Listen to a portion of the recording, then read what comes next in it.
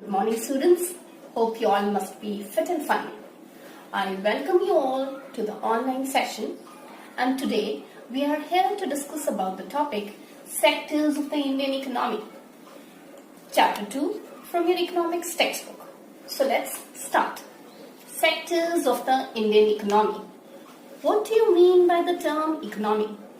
Economy is a system of producing, distributing, and consuming goods and services. So see, this is the definition of economy over here. It's a framework within which all the activities are carried on. These activities takes place every minute, even as when we speak. And it forms the base and foundation of every country. When we talk about India, India is the 7th largest economy in the world. Indian economy is an open economy. That is, it can trade with countries across the globe. It can trade with China, Japan, North Korea, South Korea, and so on. So various activities are performed in a country. These activities are divided into two broad divisions. Number 1, economic activities. Number 2, non-economic activities. So let us see exactly what do we mean by the term economic activities. Any activity which is legal and it is conducted with the objective of earning money. These are called as economic activities. Economic activities are also called as market activities. These activities add to the national income. Let's take some example. For example, farmers ploughing field, laborers helping in road construction, doctors curing the patients, traders selling goods. All these are the examples of economic activities. Now let us see what exactly do we mean by non-economic activities. All those activities whose main objective is not to earn money, but it is carried on out of love and affection. That is, to satisfy one's emotional need. Such activities are called as non-economic activities. Now, these non-economic activities are also known by non-market activities. I'll give you some example of this. Take for example, a mother taking care of a child, a doctor caring his father, a laborer repairing his own house. All these are the examples of non-economic activities. These activities do not add to the national income. You will see that economic activities can be further classified into various categories. That is, primary, secondary and tertiary sector. So now let us see what exactly do you mean by primary sector. Primary sector includes all those economic activities which are connected with extraction and exploitation of natural resources. For example, agriculture, fishing, mining, etc. You will see here natural products are exploited, and such a type of sector is called to be as primary sector. This primary sector is also known by the name agriculture sector. Now let us see another sector. That is called to be as your second category, secondary sector. Secondary sector includes all those activities which are related to manufacturing process. In this sector, natural products are changed into more valuable products. Value addition takes place. Such a sector is also known as manufacturing sector. And this manufacturing sector is also known by the name industrial sector. Let us take one example. Take for example from sugarcane, sugar is being obtained. So what's happening here? Sugar may be of 80 rupees, and when it is processed to make sugar, the price of this sugar may be 100 rupees. So value addition is taking place at every step. Now let's take one more example. For example, the shirt which you are wearing, It does not grow in the field like that, right? The cotton has to be processed into yarn, into thread, and then ultimately the textile comes into existence. So what is taking place? At every successive stage, you will see the value addition is taking place. So such a sector, as I told you, it's also known as manufacturing sector or industrial sector. Now let's have a look regarding the third sector. The third sector, it's known to be as tertiary sector. Tertiary sector includes all those activities which helps in the development of primary and secondary sector. They are an aid or support for the production process. It provides services rather than goods, and hence it is also called to be as service sector. These service sectors are called to be as the lifelines of the economy, because if service sector won't be there, the agriculture sector and the secondary sector will be meaningless. I'll take a few examples. Take for example transportation, banking, insurance, teaching. All these are the examples of your tertiary sector. You will also see tertiary sector is broadly being divided into two broad categories.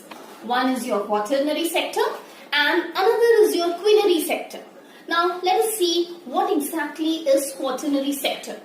Higher order services which are being performed are called to be as quaternary sector. For example, research and development and information technology. Apart from that, these types of sectors as higher order services are being performed are called to be as your quaternary sector. Now, quinary sector.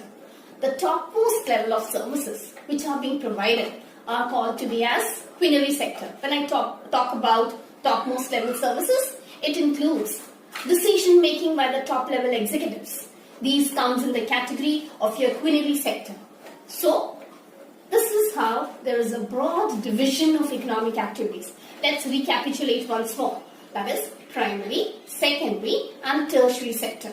And if we further extend the dimensions of tertiary sector, it is divided into quaternary and quinary sector. Let's see now, after discussing about the importance of primary, secondary and tertiary sector, let us have a look regarding the importance of these sectors. So let's start out with the very first one, that is called to be as your importance of primary sector.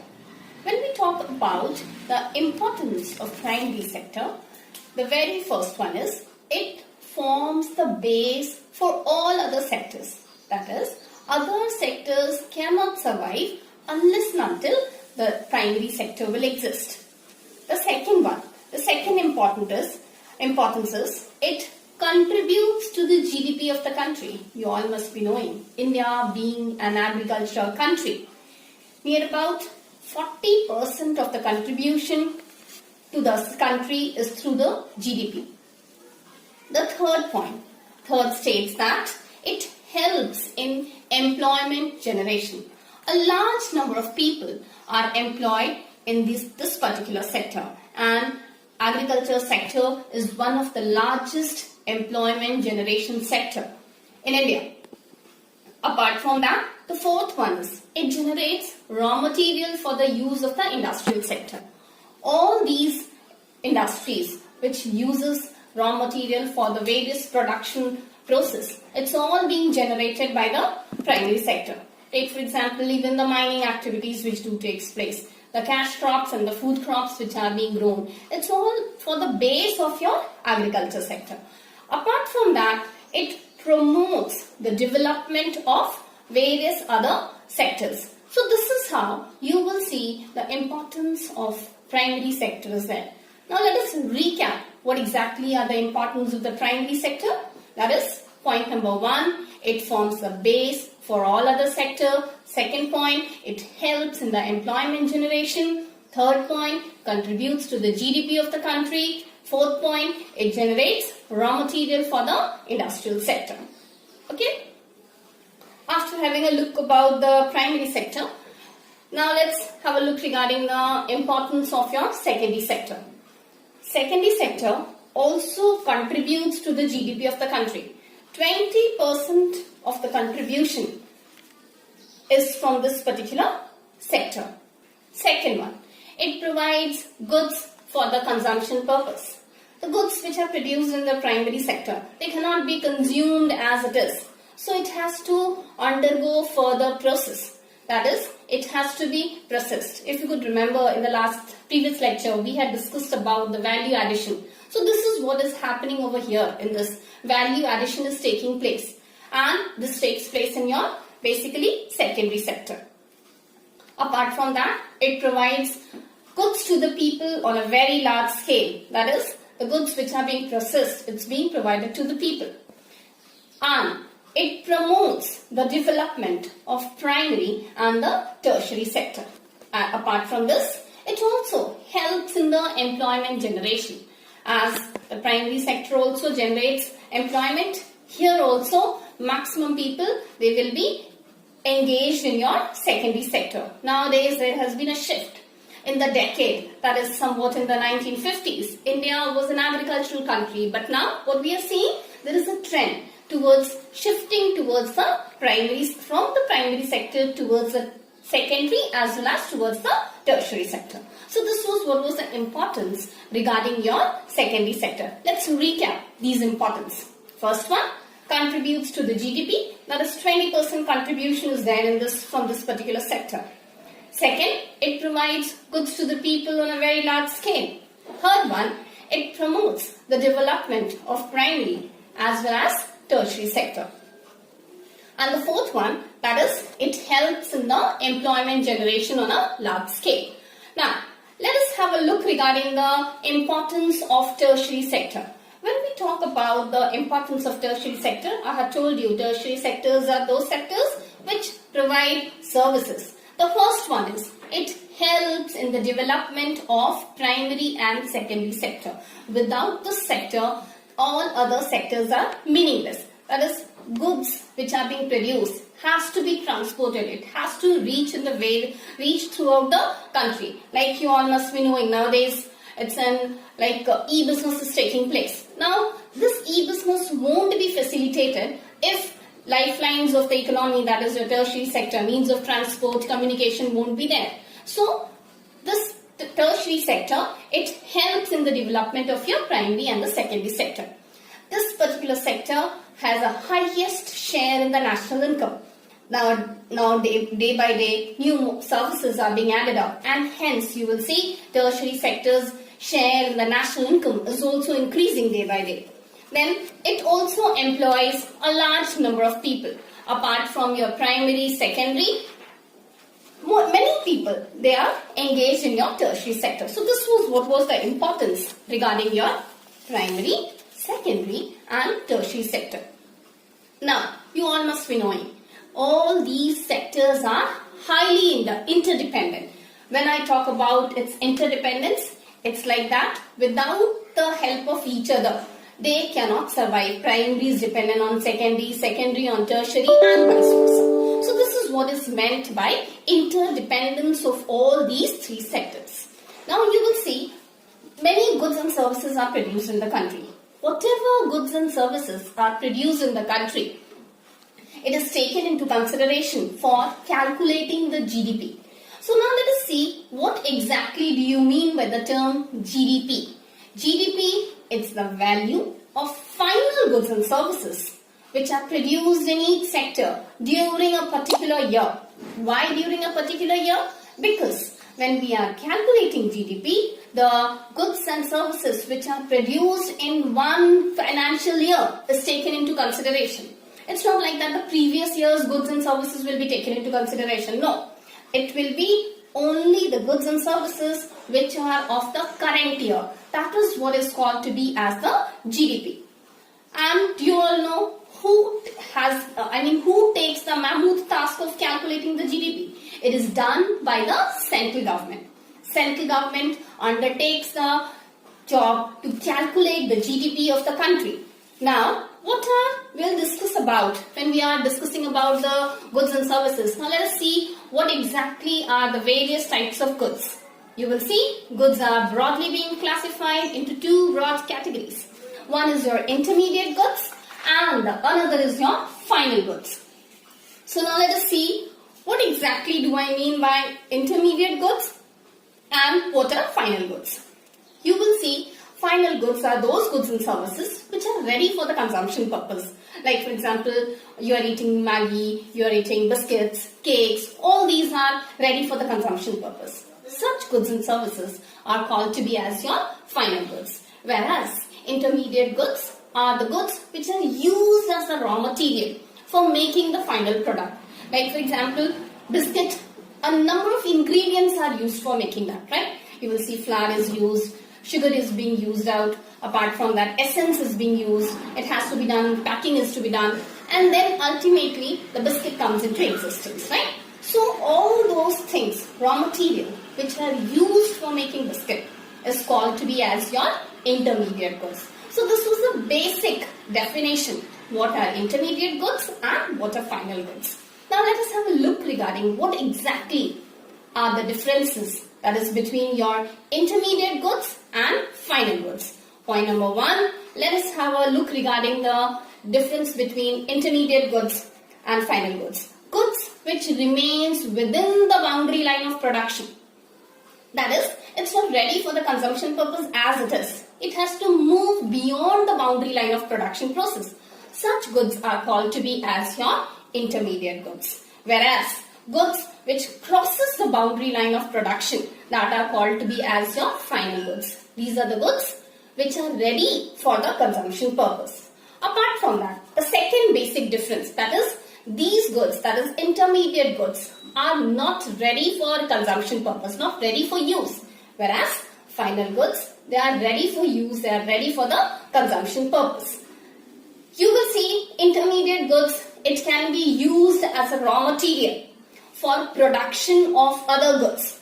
Whereas when I talk about the final goods, these are the finished goods which are not used as raw material. They are the ultimate product in themselves. You will see intermediate goods are resold by the firm, by the entrepreneurs to earn profit, right? But final goods are not resold. It's once sold is sold. Again, it cannot be resold out. Apart from that, value is added at every stage of production in intermediate goods. Whereas, when I talk about final goods, no value addition is taking place. Intermediate goods are not included in the estimation of the national income. Whereas, to estimate the national income, you will see that the value of the final goods are taken into consideration. So this is what was there in today's topic. Let's have a quick recap what we have done. We had started with the definition of economy. What exactly do you mean by the term economy? We had discussed about the types of activities, that is your economic activities and non-economic activities. We have discussed about the subtype of economic activities, how it is being categorized, that is into primary, secondary and tertiary sector. We have also discussed about the sub-classification of the tertiary sector, that is your quaternary and quinary sector. Apart from that, we have also discussed regarding the importance of primary, secondary and tertiary sector. The next one, that was your interdependence of all these three sectors. Apart from that, we have also seen the difference between your final goods and intermediate goods and what exactly are the GDP. So this much. So today we'll discuss this much only in today's lecture.